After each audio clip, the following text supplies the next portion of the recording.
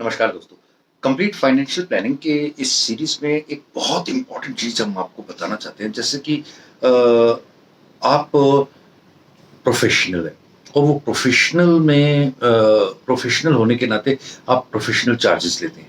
एक प्रोफेशन में कोई भी किसी भी तरह का कोई प्रोफेशनल हो, मान लीजिए वो सीए है, डॉक्टर है, एडवोकेट है, कोई डिजाइनर है, कुछ भी है।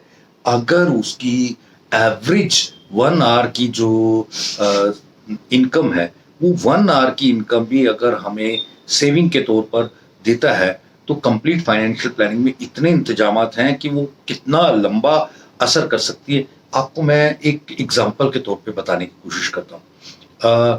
हमारे ही बहुत करीबी एक परिवार है, जिनमें हस्बैंड की डेथ जब हुई, तो वो बच्चे छोटे थे, दोनों मतलब पढ़ाइयों में थे। और उसके तुरंत बाद उन्होंने खुद भी जॉब किया।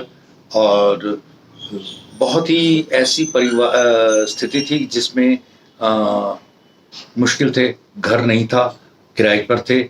और ऊपर से हस्बैंड जब गए, तो उनके जाने के दौरान शराब वगैरह में थे, तो नेचुरल सी बात है, खर्चों के कारण शराब पीते थे। और शराब के कारण जब डेथ हुई, तो बहुत सारे ड्यूरिंग द मतलब डिजीज बहुत सारे खर्चे हुए। तो खुद तो गए, पीछे वालों को भी मार गए, कोई इंश्योरेंस था नहीं। अब वो उन्होंने बहुत मुश्किल से चीज़ों को संभाला। मतलब आप ये समझ लीजिए कि जो काम बहुत से मजबूरी में किए जाते हैं, वो सारे काम किए गए। और बच्चों को किसी तरीके से इस लायक बनाया गया कि वो किसी तरीके से थोड़ा सा कमाने लायक हो जाए। बड़े बच्चे को क्योंकि बीच में ही पढ़ाई छोड़ के काम में आना पड़ा, तो उसका कुछ खास कारोबार नहीं है। वो कार के रिलेटेड कुछ काम करता है, और वो चाइना से इंपोर्ट वगैरह होता है। वो टेक्निकल काम है, लेकिन इन दिनों में कोरोना के कारण वो भी ऑलमोस्ट खत्म। और दोबारा रीस्टार्ट हो रहा है, शायद हो जाए। और दूसरा व्यक्ति जो है वो जॉब में था, क्रेडिट कार्ड और ये सब चीज़ों की सेल्स वगैरह में। उनको आपको पता है कितना ज़बरदस्त सैलरी मिलती है, आप सब जानते हैं। इस पूरी प्रक्रिया में मैंने एक चीज़ महसूस की कि यार, ये कहानी में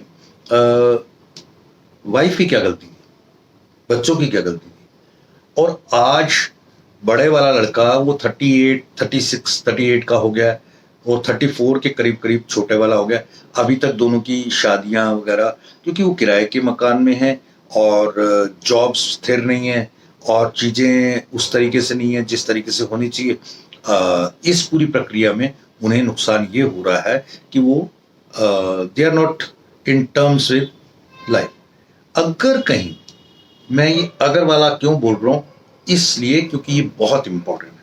अगर कहीं पिता शराब के चक्कर में जितने की शराब रोज पी जाते थे, उतने का या उतने के आधे का भी सेविंग्स करते, तो आज इतना इंश्योरेंस का अमाउंट मिल जाता कि परिवार पर उनके जाने के बाद परेशान ना होता।